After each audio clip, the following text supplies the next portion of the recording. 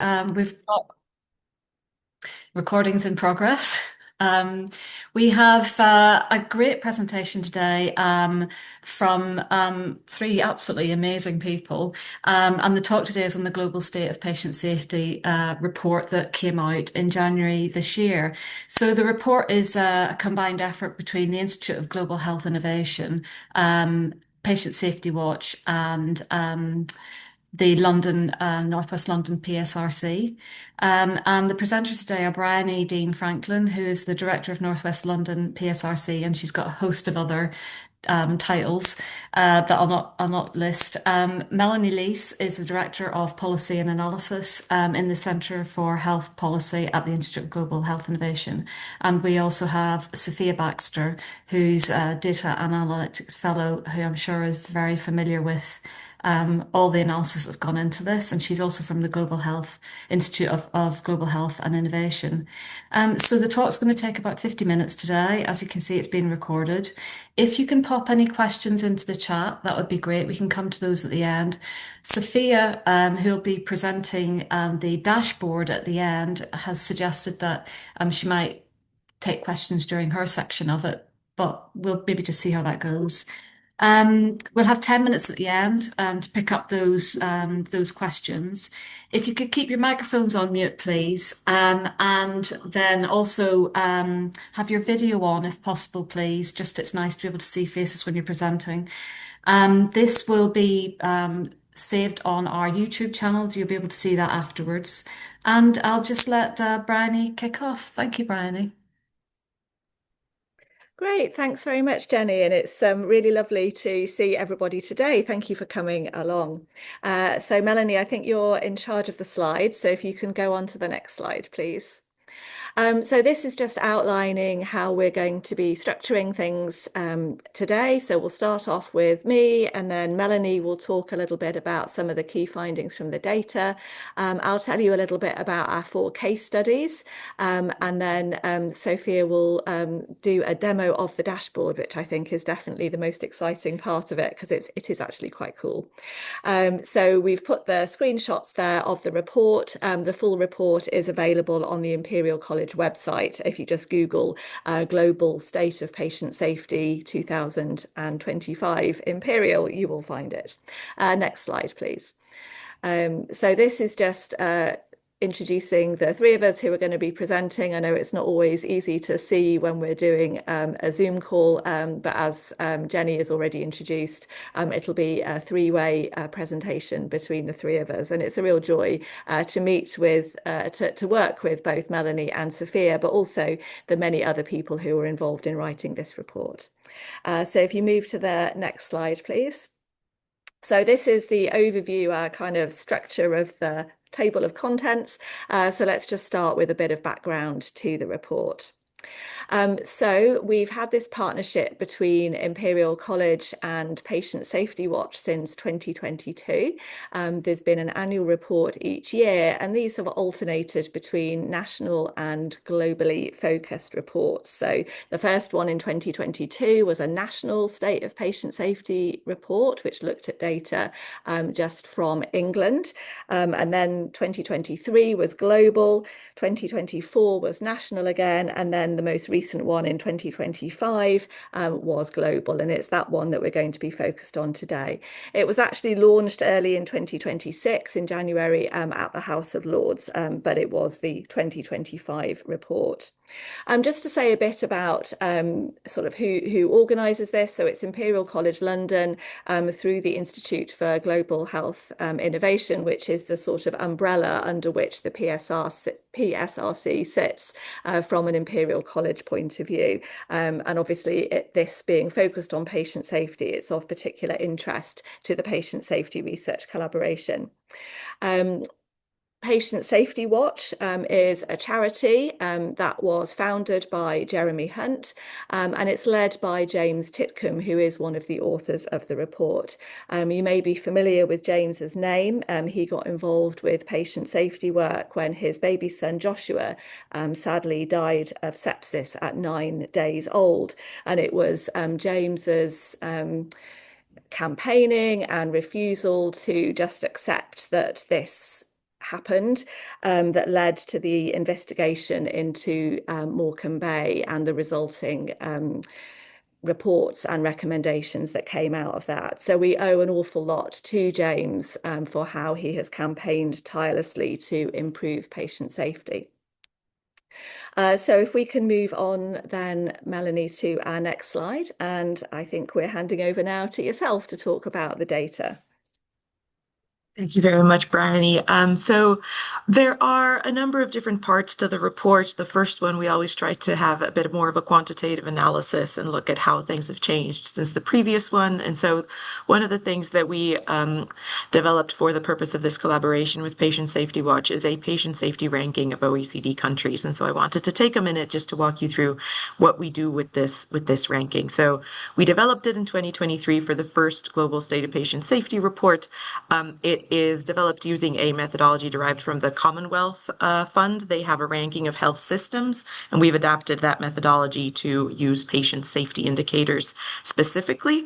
So the way that we do this is that we take 4 indicators that are largely acknowledged to be relevant to patient safety across the globe. They are collected quite consistently across OECD countries, and they were basically distilled from a number of indicators that we presented to many experts, some of you probably on this call, who allowed us to get to this list of 4. The 4 are to the left of the slide, so it's maternal mortality, treatable mortality, adverse effects of medical treatment, and deaths due to neonatal disorders. So the way we calculate this is we take the average score across each one of these for each individual country. We then compare it to the rest of the countries for each one of the individual indicators and calculate where they are in terms of standard deviations from that mean. So you can imagine the best performing country, say in maternal mortality, would be the one that is the furthest away from the mean in terms of positive standard deviations. The worst would be towards the right in terms of standard deviations from the mean. And what we do is then aggregate these to create a composite measure across the 4 that then leads to the ranking that you see in the middle. So basically, this is just a score based on standard deviations from the mean. The countries that are at 0 would be the ones that are spot on the mean of the OECD countries for this composite measure. The ones to the right are the ones that then have a positive standard deviation. You can see Norway is the one at the very top, getting close to 1 standard deviation away from the mean. And then the ones to the left are the ones that are a little bit below the mean, and then towards the bottom of our ranking, with only 2 countries, Colombia and Mexico, having a score that's over 1 standard deviation away from the mean. So this ranking is largely indicative. It does not tell us a huge lot based on the fact that most countries are within a standard deviation of the mean, but we still think it's helpful to try to observe trends over time. And so the first thing maybe to highlight is that if you look at the plot to the right, this compares positions between 2023 and 2025, and there isn't a ton of movement. So Norway still is at the top, same as it was in 2023.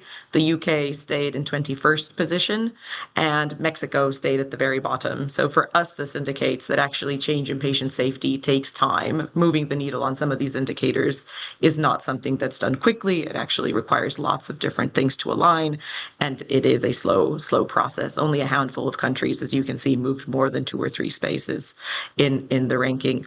The other thing to note is that even though lots of them are within a standard deviation of the mean, there's still significant room for improvement for many of these countries. And what we're hoping will happen from this is the countries will see their position, look at the countries that are a bit further up in the ranking, and try to reach out to them and explore what they might be doing that they may be able to learn from.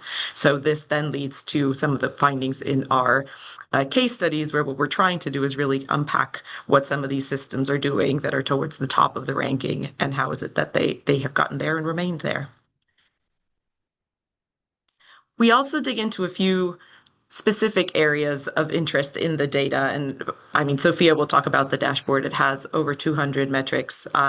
So it's impossible for us to really identify all of the key findings, which is why we make the dashboard available to all of you. But we did want to highlight a couple of things that we thought were noteworthy and perhaps not as discussed in typical patient safety literature. So one of the things we find is excess mortality for people with severe mental illness. So the charts you see here are excess mortality mortality for people with bipolar disorder across OECD countries to the left, and excess mortality for people with schizophrenia across OECD countries to the right. So the black line indicates the average across reporting countries, the blue line indicates the trend across OECD countries, and the band is, of course, the 95% confidence interval. And what these charts are showing us is the factor of population mortality, which basically is the ratio of the all-cause death rate of people aged 15 to 74 with bipolar disorder to the left, schizophrenia to the right, to the death ratio of the general population adjusted by age and sex. And what we see is that this not only is significantly higher for both populations, but it has been increasing. So there's a slight increase over the period we're looking at from 2000 to 2024. And this is quite worrying. So what we see essentially is that people that have schizophrenia and bipolar, and we might assume this is similar for other severe mental illnesses, are dying at a higher rate for conditions that are not associated to their mental illness, but are other conditions that just lead to a higher excess mortality for these groups compared to the general population. And we think this has a very clear link to patient safety for these populations, and it should be investigated further.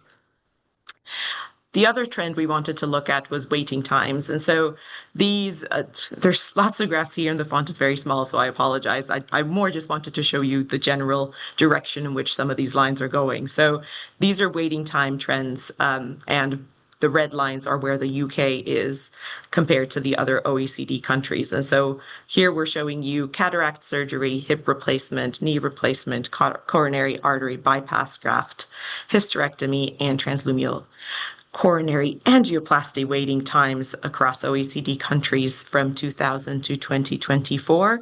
Now, the red lines are the data that's available for the UK. And so the first thing to highlight is, for reasons that we are not fully aware of, the UK has not been reporting consistently on these things throughout the entire time period. They've only started reporting since 2021, but we have enough data points to see a little bit of a trend across where the UK is. And as you can see, for some of these more perhaps less complex procedures such as cataract surgery, hip replacement, knee replacement, the UK is actually quite close to the OECD average.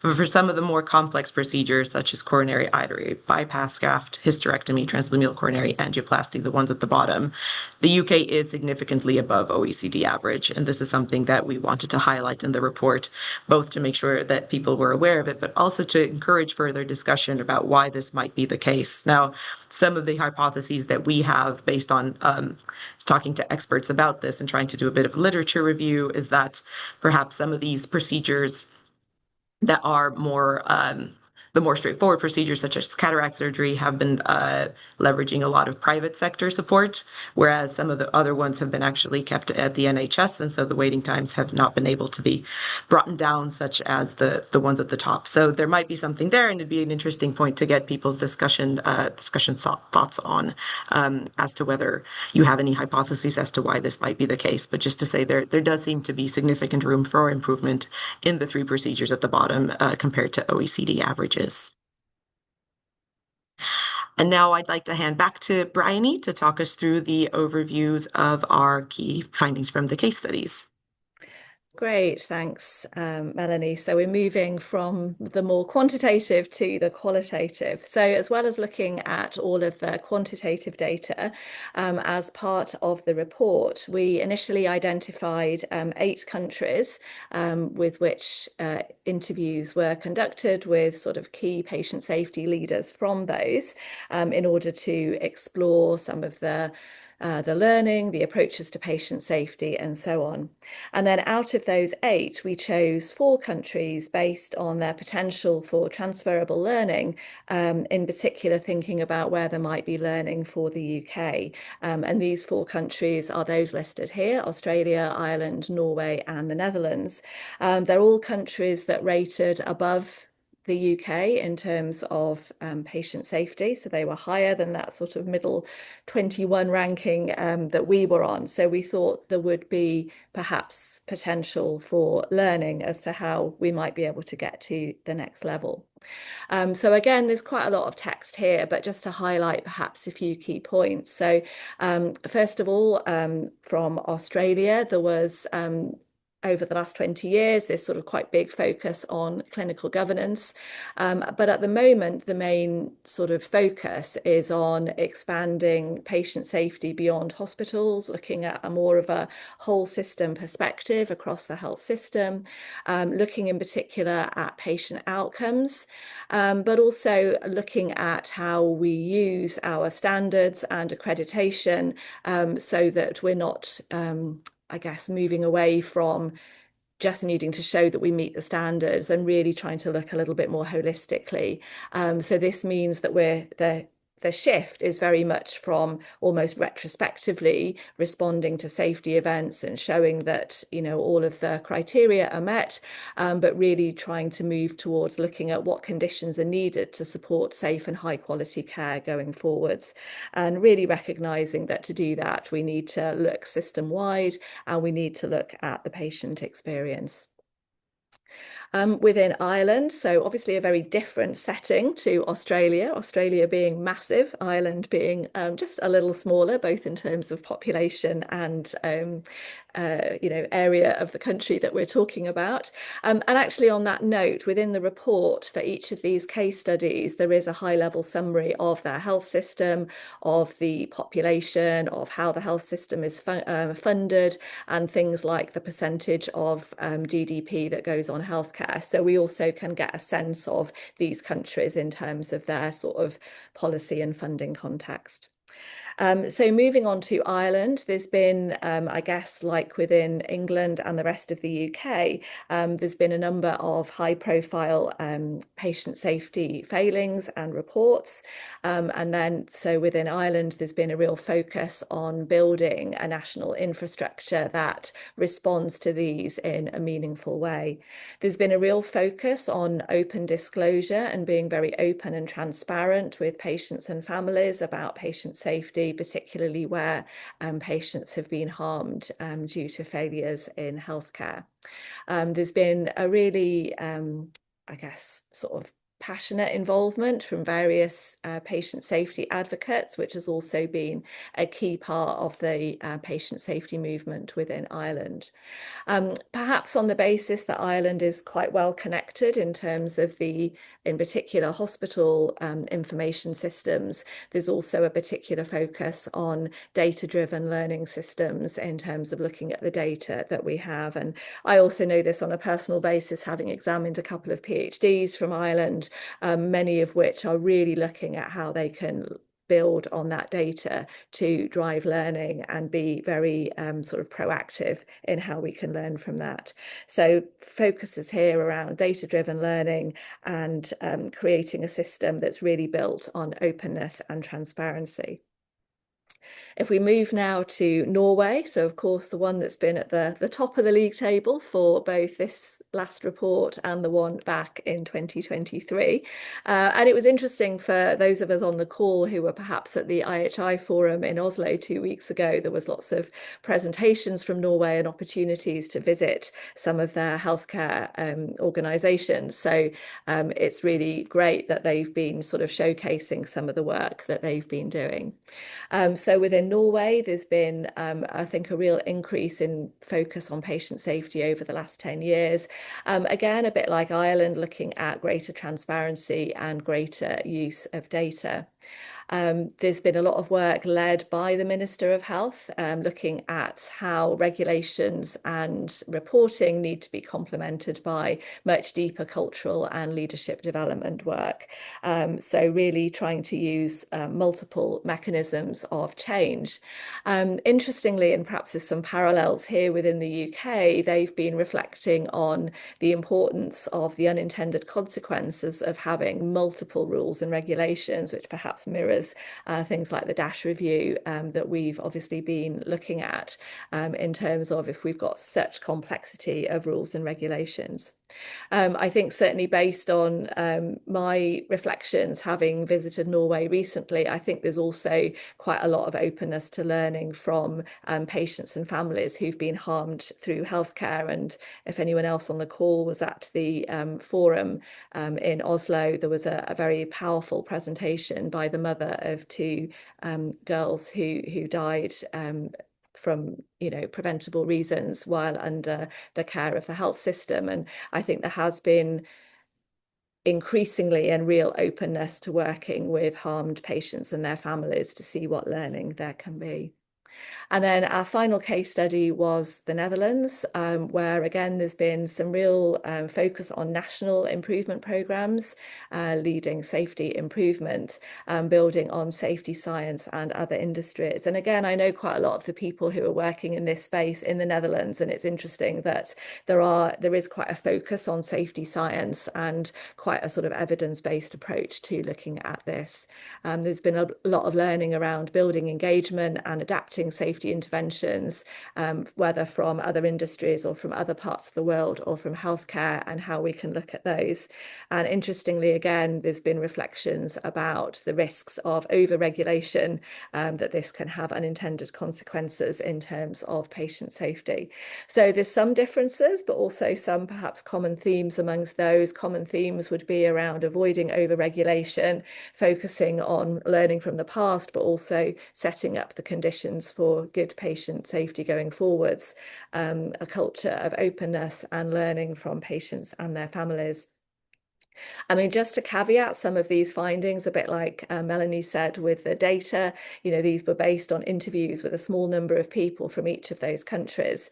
But I think what's interesting is where there's some common themes that come out of these that certainly we hope will be used to inspire those countries that are perhaps a little below in the bottom half of that league table, to identify some of the things that they might be able to think about.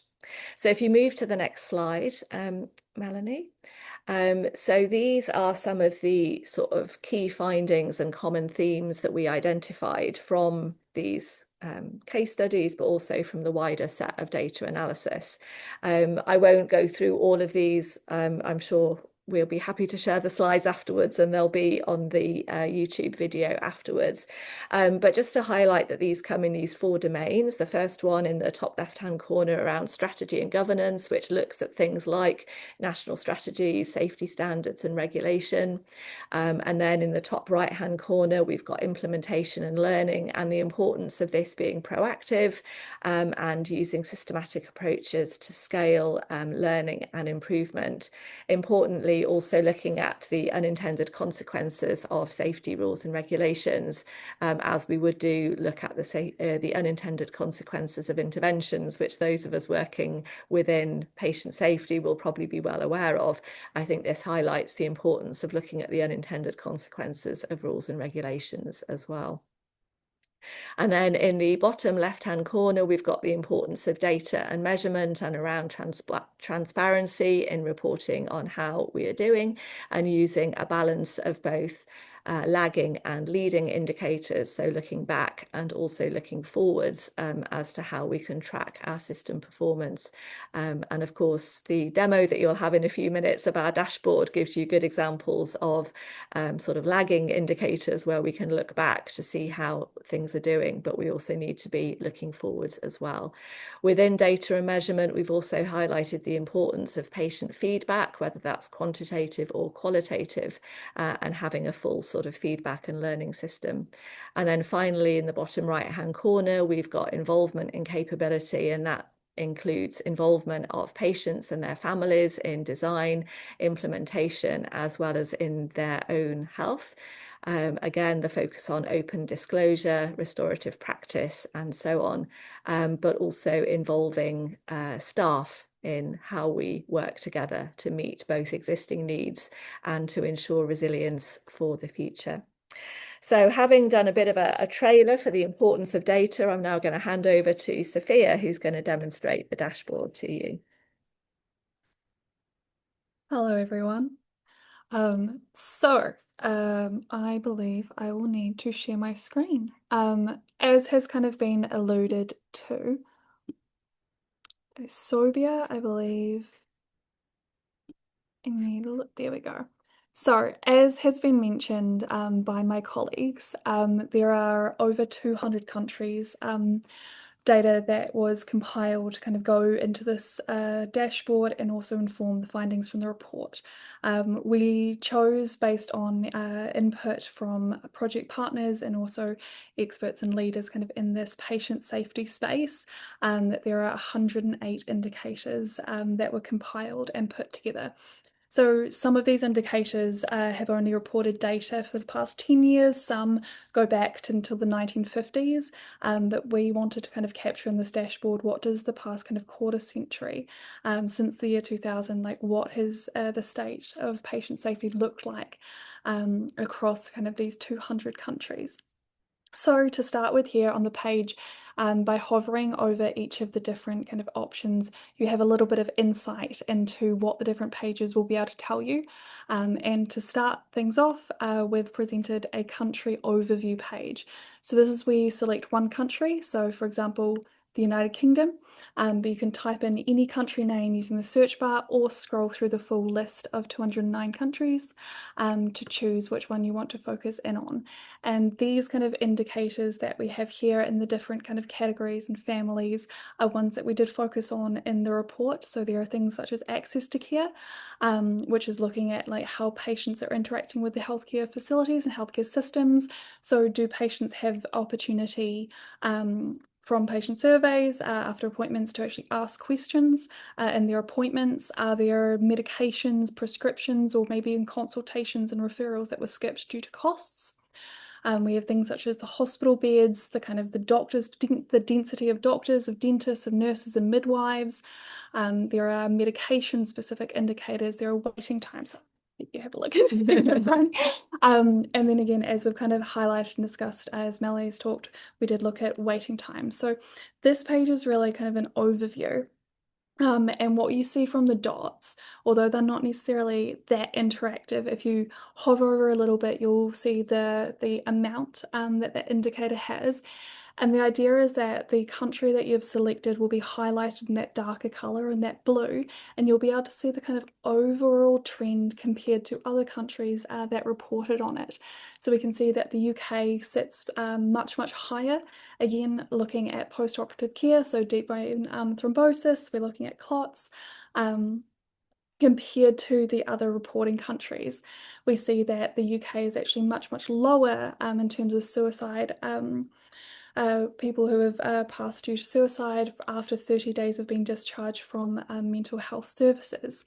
And so this kind of allows you to see both the overall picture of how a country may be trending compared to other nations that report on that, and also allows you to kind of see, is there a specific topic, area or category, or are there specific indicators that you want to look into more on the following pages. What we have in the kind of top right-hand corner is also the number of indicators reported on. So if you remember, I said that there were over 100, there's 108 indicators that were kind of compiled in here. And so it allows you to kind of see the whole picture of what we call data completeness. So across all of the 25 years of data that we compiled for the dashboard and all of the 108 indicators, is the UK or is your selected country really consistently reporting on those indicators? So we know that from the kind of 108 indicators and across the past 25 years, there's only just over half of data available for the UK. So if we go to the next page, we're again focusing on the UK. It allows you to drill down a little bit more specifically into those indicators and understand the values. I am just going to have a quick look at the questions in case. One of the questions I saw was that all of this data is publicly available. We do have information at the kind of end of the dashboard that tells you exactly where it was, but we looked at WHO, World Bank, OECD, and a few kind of other data sources to make sure. So everything is publicly available. If you want to check any of the math, please feel free, but it's nice to kind of have it all in one place and comparable. So by looking kind of at a specific country, there is an option to again look through all of the different indicators that this nation reports on. So as you can see, the UK has a little bit of data missing on some indicators, but has a lot of data coverage on the others. By hovering over it, you'll get some information both on how it compares globally and also the individual values for those years. What's really, really useful is that you can then kind of select a number of indicators instead of scrolling through all of them. So say, for example, you're working on a project to do with maternal and neonatal health, you can select just those specific indicators, and those will then show up, and you can drill down even more to the really specific pieces that you want to look at. If you are also wanting to look at something just in the past, we'll say 10-ish years, you'll also be able to kind of segment things out a little bit more. The other kind of handy piece is that if you don't want to see kind of globally and just want to really drill down on an individual indicator in a given year time span, you can do that as well. So if we kind of clear all the filters, we should also be able to see over here, you can scroll through the indicators that are shown kind of on the plots and understand, is there any change? So we have tried to indicate whether or not there was kind of a percentage change from the year that you started showing to the most recent year that a country has reported data in, and then also what, if we compile all of the countries, where does it sit on the scale of all of those reporting countries? So if we then kind of have found after we've drilled into an individual country that there's a specific indicator that we're really interested in, for example, the adverse effects of medical treatment, this is kind of reported in DALY, so those disability adjusted life years, we can select some countries that we then want to kind of compare and understand. So since we looked at Australia, we can look at Australia, Ireland, not all of, there we go, Ireland, the Netherlands. Ooh, there we go. Netherlands and Norway. And then, of course, comparing it to the United Kingdom. We then have the option to kind of look at how how a single indicator has trended, kind of comparing across selected countries. We again on the right hand side have the little box that shows both the percentage change and then the overall rank of that country. Again, the overall rank is to be taken with a little bit of a pinch of salt because there are differences in national GDP spend per capita on the healthcare of each individual person in that country. And so that is something to keep in mind when we are comparing. So the top box gives us the kind of the value of the most recent year of data that was reported. So for this specific indicator, that was the year 2023 is the most recent year of data across those countries that we have. And you can kind of see the average across the countries that you can select. So if we add a different country in, that kind of average score will change. By hovering over the plot, again, you'll get a little pop-up that shows you the individual scores for the year that you have selected. And if you're really interested in a specific country, you can click on that line to kind of drill down a little bit more into that and understand just that data. And then by clicking out of it, you kind of reset the information. So again, we can see that an indicator such as this one has really good data coverage with over 204 of the, well, sorry, with exactly 204, not over, exactly 204 of the 208 countries have reported data on this, which is really wonderful. However, again, there are some countries, which is part of the recommendations, there are some indicators that we have highlighted in the report so that are patient reported that are slightly newer. So for example, if we look at, I'm completely blanking now, but if we select an indicator that across all countries, not just those ones, we can see that there's actually quite a little sparsity. So there are only 6 countries that are reporting on this specific indicator. And so by drilling down a little bit more into the specific areas, we need to keep in mind that trends do change over time, but many of the kind of most recent shifts in patient safety, as Melanie has highlighted, it is a slow to change. It takes a lot of systems work. And so one of the things to take away from this is understanding both data sparsity instead of just the individual trends when we are comparing countries. So now that we've kind of got this idea of both the indicators and the countries, we wanted to be able to kind of look at this more global snapshot. So by selecting an individual indicator again, so we'll stay on looking at adverse effects of medical treatment. We can select the kind of global regions that might be slightly more comparable. So if we select kind of all the European nations that we have and whether or not it's an OECD member, so we can say that we want just the OECD countries or maybe more than the OECD countries that are in Europe, and we'll be able to compare them a little bit more and see. The idea of this is to understand that go back to trends. So is something trending up? Is something trending down? And if we scroll through the different countries that report data, you'll then again be able to compare it to both the global and also the regional group that it is compared to. So we see that there are lots of nations that are sitting above, but there are some nations that sit below, and that's how we have this overall trend line. What's really then useful is if we kind of look at it at an individual year basis. So say we want to look at the year 2020, very, very great year to be looking at. We can get this kind of we can get more of a snapshot instead of just looking at the overall trend. We can then compare the countries across one another. We have given you the option of, if you're from the UK, if you're from a different nation, you can highlight it in your nation a specific colour to make it a little bit easier to see and to look at. Within the plot, or if you clear the filter again, it will default to all of the bars being roughly the same color. And this allows you to kind of understand it, get this overall perspective for an individual year where a country may lie compared to other nations in that group, whether that be the income group or global region. So there's a whole lot of information to have gone through. And if you're really more interested, as I kind of alluded to earlier, we have pulled all of this data from publicly available sources. So the Global Burden of Disease study is this wonderful study that publishes data roughly every 2 to 3 years, which again is why some of the indicators, most recent data is 2023. And we looked at WHO, OECD, and the World Bank. And if you want a full list of indicators, you can have a scroll through the list, and you can also then refer through to the area of care that you might be more interested in and understand where the data actually came from the sources.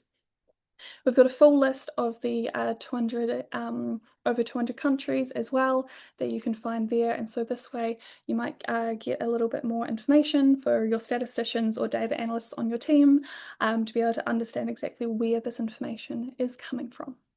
So I will open the chat back up and have a look for questions in case anyone wanted to stay on the dashboard.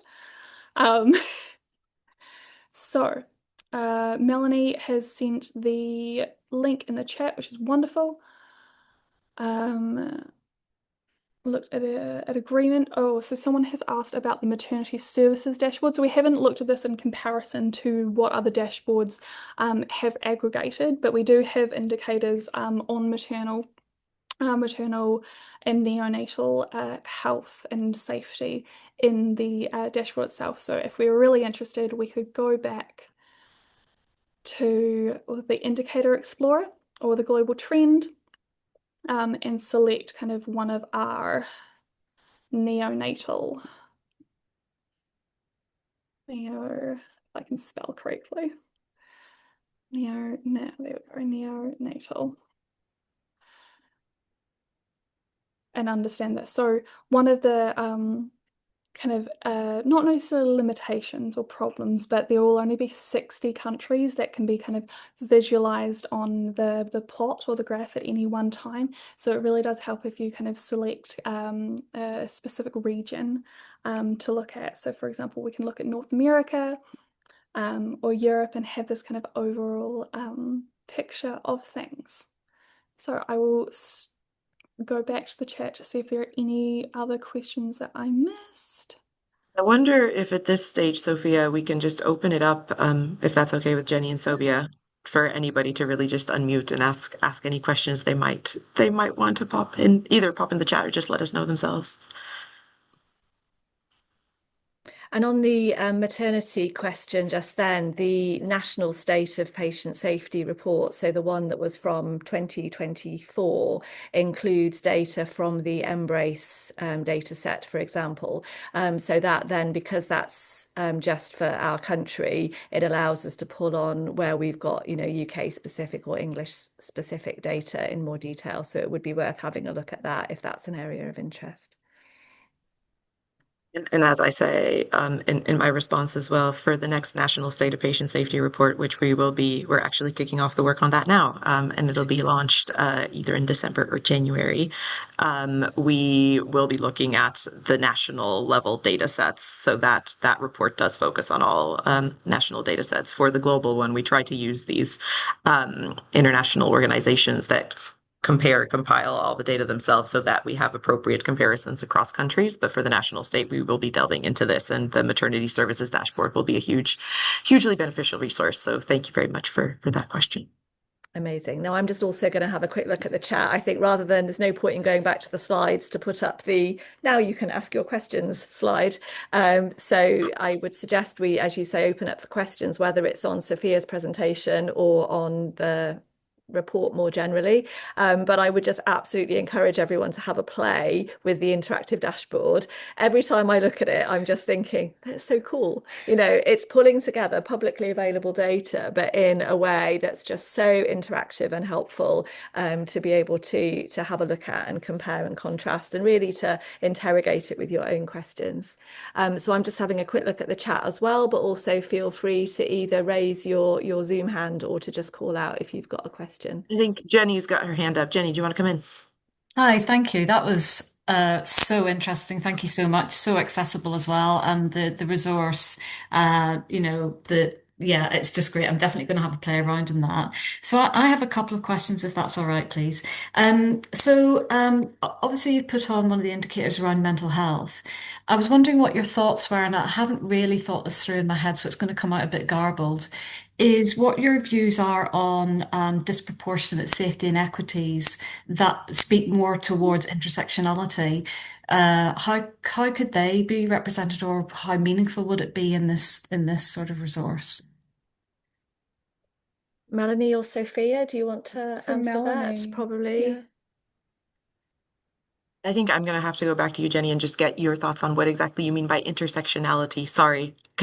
Is there another phrasing for that word that Yes, no, that's absolutely fine. So we know that there's disproportionate harm experienced from minoritized ethnic groups in the UK, across the US.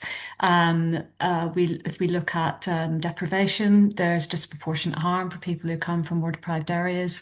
So combination, mental health included. So there's a way of looking at data. It's probably quite challenging that looks at yes. those factors together. But even if there was the opportunity to look at people who lived in more deprived areas, I know it might be challenging across various countries or Mm, what we class as, the global majority or minoritized ethnic groups. I'm just wondering how that would be represented because, we can have data that says we perform quite well in one area. So, for example, in the UK, I think there was evidence there about perioperative care being very good, but also we know that perioperative care for mhm. people who are homeless is very stark and harsh in the UK. Yeah. So I just wonder how those is there a way of looking at bringing in some of those indicators that may or may not be relevant across countries or comparable even, I don't Yeah. know. No, it's an excellent question, and thank you for expanding a little bit further on your thoughts on that. I think one of the real problems we have with all of the quantitative analysis that goes into these reports is that it's looking at averages, and Yeah.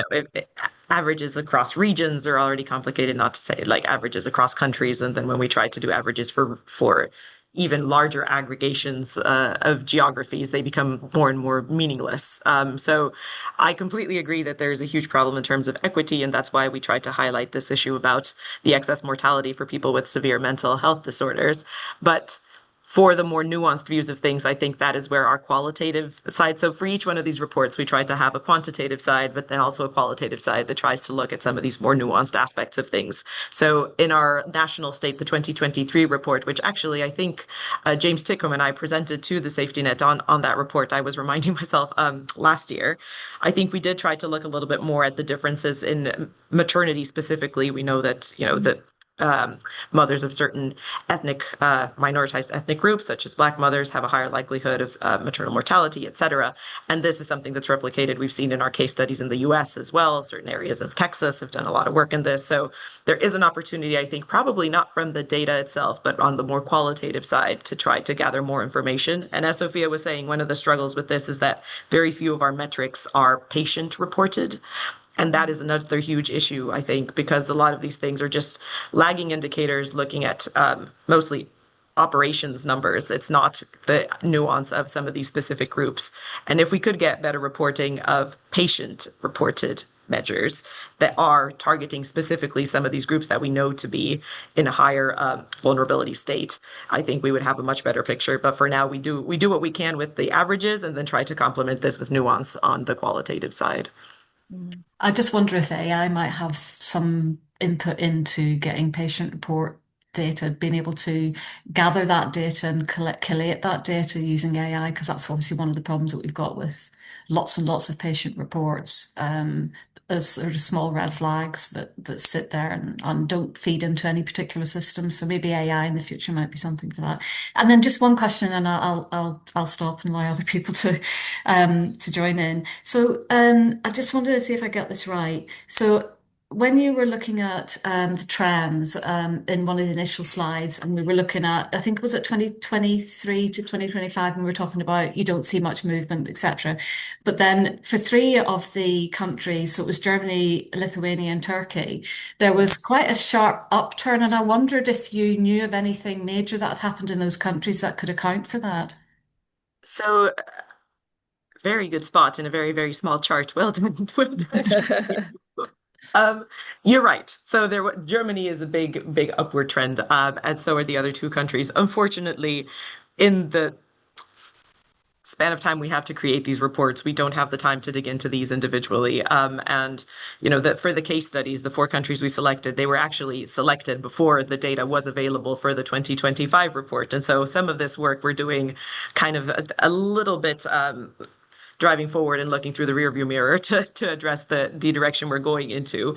I think for the next report, looking at these changes and exploring these countries in more detail would be a wonderful addition. So just like for the 2025, we looked at some of the best performing in 2023. For the 2027, I think looking at the big jumps would highlight some of those key areas of improvement and maybe look at some really interesting case studies of what people have done to move up those spaces. So yes, we haven't looked at it yet, but we will. Thank you. Also, I can also add, like one of the pieces that Ireland was also quite a standout mover. Like again, I was very close to the data from that perspective, but a lot of the indicators that we had that were reported from Ireland, they had really recent data, and specifically around maternal care and neonatal disorders, trauma after birth, trauma during birth as well. Ireland was doing exceptionally well in the past 5 years. So it really looked like they have put a lot of kind of effort into that, and that is something that was kind of it was touched on, if not necessarily expanded on, in the report. But yeah, as if we had all the time in the world, interviewing all countries would be a wonderful, wonderful thing to do. And then just to add, while we're looking for any other hands or questions, and I can see there's, I think, a question in the chat, which I'll come to now as well, that the issues around inequalities are something that we can pick out a little bit more in the national report, because obviously we've got a bit more granularity there, and it's you haven't got that challenge of comparing very disparate countries in terms of, what counts as perhaps disadvantaged in that context. So that'll be something we can explore a little bit more in the one that we're just about to start working on, Jenny. I'm just going to look. So there's a question here from Nick, excuse me, peering at the screen at the text. Safety gaps occur during transitions between services. There's an acute care bias on the dashboard. Is it possible that in the future countries might release data from primary care and community services, including long-term care? Yeah, great question, Nick. And this really plays into these issues about data availability, which I think, as we've all caveated, in some metrics and in some countries the data is a bit more patchy, but in general there's also a bias towards data being collected in the secondary care environment. I'm going to see if I don't know if you've got anything to add on this in terms of I think in the weeds with the data. there is a lot of scarcity, and I think it's like if there's one thing that I, in my role, can kind of impart on all of you today is that if there is any lobbying, campaigning, kind of like, shaking the trees for better data, please do that. If we all email WHO tomorrow, that would be great. There is a lot of linkage issues, both between even in kind of OECD countries, especially in the UK. So you'll see both in the report and on the dashboard for post-operative care, there's a separation between such as pulmonary embolisms, deep vein thrombosis, both between at the time when they're still having their initial hospital admittance, their initial hospital stay, and then also linked data. So within about 30 days of that kind of surgery happening is when the data coverage happens. And that again is hopefully kind of coming through more of this kind of primary care through your GPs, through or having to be readmitted to hospital. But again, tracking these over time is something that is difficult, and in this kind of interconnected world, as we become more and more interconnected, there are going to be future opportunities. Sorry, can I just add one quick thing before we move to Deborah's question? So on the topic of a lot of patient safety happening in these linkages of care, so that is one of the things that has been a frustration for us in trying to look at how to quantify patient safety at the national state in particular. So one of the things that we wanted to do, actually, this is a little sneak peek into how things work on our side. So one of the things we wanted to do for the previous national state was to really look at the role of ICBs in trying to, ICBs were this new thing. We were hoping that ICBs could have a broader view of how patient safety was being captured in these transitions from primary to secondary to mental health services to community, et cetera. And what quickly happened was that, so we put out a call actually with support from NHS colleagues to try to identify which ICBs would be willing to talk to us about this. And what we quickly realized was that ICBs were incredibly stretched, and there wasn't actually this oversight role. In our minds, we were thinking, well, but they'd be ideally placed to look at this and try to capture patient safety through the transitions of care. And unfortunately, because of the way that they had been set up or different, a variety of reasons, this was not something that they were in a position to comment on when we did our last national state report. Now, there is definitely a wish and a desire from our team to try to capture this better, whether it's qualitative or quantitative. And it's something we are looking into again for the next national state to see how we might be able to do this. And if it's not strictly data driven, if we can do it from a more qualitative side. But that's not to say that we shouldn't actually be pushing, as Sophia said, for more international capturing of data sets that are primary care or patient-driven outcomes. So an interesting case study has been the gathering of global data on maternity. So maternity had a huge push from WHO many years ago, and it has turned into the most comprehensive data set where you see countries reporting consistently over time, a variety of countries of all different income levels, of all different levels of resource, reporting consistently on a subset of maternity metrics over time. So what we say in our global state report is, well, if we've been able to do this for maternity, how about we tackle this one area at a time? Like, we can't go out and say, please report consistently on 108 metrics every year, but perhaps we do this selecting specific areas that we think are of interest, and perhaps primary care should be a good one to try to get people more encouraged into doing it. But so it has been done in the past, and we'd love to see this done for other areas too. Thanks, Melanie. So, Deborah, do you want to go ahead with your question? Thank you, Jenny. I did look for the hand emoji and I couldn't find it. Apologies. I did look for They it. keep moving it, don't worry. Find it. Just as a layperson, as a bereaved daughter who lost her mum to an avoidable death in mid-staff, so I just wanted to say to everybody on the call, thank you from the bottom of my heart. I believe that these conversations may never begin. 20 years ago, when I lost my mum died at a time of no bad news allowed. These conversations were not allowed. To see the collaboration, to see the data shared, to know that it's in the public domain is really good for my soul. And I truly believe you're saving people having the emotions and the memories that I have. So thank you, everybody. Thank you, Deborah. Thank you for your openness, and yeah, thank you for sharing that with us. Sophia beat me to putting the little heart emoji on the screen. I think there's still a long way to go, but hopefully if we work together with patients and families and across the healthcare sector, we need to keep traveling on that journey. So thank you. You're giving me hope, and that's priceless. Thank you. And sometimes we need hope, don't we? I'm just going to look at Brooke's question as well, and then we probably need to wrap up. The role of overregulation aligns with other industries. Would it be possible for future analyses to consider the state of patient safety in comparison to wider safety metrics? So I'm assuming here you're meaning in terms of safety metrics for other industries, Brooke? Yes. I have no idea how available those metrics are, but thinking about sort of occupational health and safety, worker Mm, safety, um, the role of regulation is has shifted quite significantly in other industries and is credited, whether there's any evidence for it or not, with improved safety. So I think it'd be really interesting to consider how thinking about differences between countries. I know Norway and the Netherlands are leaders in occupational health and safety as well. So having those metrics as part of the analysis might be a really interesting comparator, but I have no idea how available or whether that would work.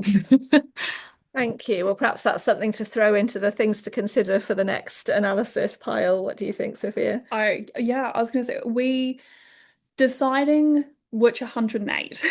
And I think we said, okay, well, let's focus on 80. Okay, let's focus on 90. Okay, we've just found a couple more and kind of like figuring out what the scope of patient safety even means. So one thing that again, it's not necessarily occupational, but like how close lavatories and restrooms are to operating suites to birthing wards is something that not UNESCO, UNICEF has a lot of data on kind of across the world. And so things like access to running water, access to clean water, sanitation. So like there's that perspective and that is quite well captured. So what jumped the indicator number from I think 96 to 108 loosely fall under occupational health, or I would argue that they would are with staff reported indicators. So, did they feel like there would be any kind of retribution or punitive measures to their career if they reported a patient safety incident? How did the staff feel, and this like healthcare workers, doctors, junior doctors, senior doctors, and also management?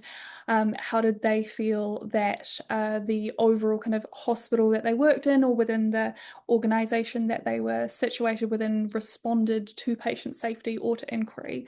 So there were ones about how overworked did they feel, how often were they working more than 60 or 80-hour weeks? And so they were starting to do those, but those were indicators that OECD had launched as pilot indicators in 2022. So again, they are kind of very, very recent indicators. And again, I would call for much more of those to be added in because it is a whole picture. But I believe that takes us to 11. So thank you, and yes, many Yeah. things to consider. Absolutely. Well, thank you everybody for your questions. Thank you for coming along. Please go away and have a play with the dashboard. Feel free to contact any of us if you've got any questions. And in particular, I guess if you've got any suggestions for how, things for us to look at in our next iterations. So, Jenny, is there anything you need to say from an overall point of view? Yeah, thank you. I just want to thank Bryony, Melanie, and Sophia for a fantastic presentation, and it's great that everybody's so interested in this. And just finally, just to give a quick plug, our next Safety Net seminar is on the 15th of April, and it'll be delivered by Professor Adam Rodman, and it will be on AI and human interactions and its implications for patient safety. But thank you again, everybody. Thank you, Bryony and team. That was great. We look forward to seeing you next time. See you next time. Thanks all. Bye. Thank Bye you. bye. Thank you very much. Bye.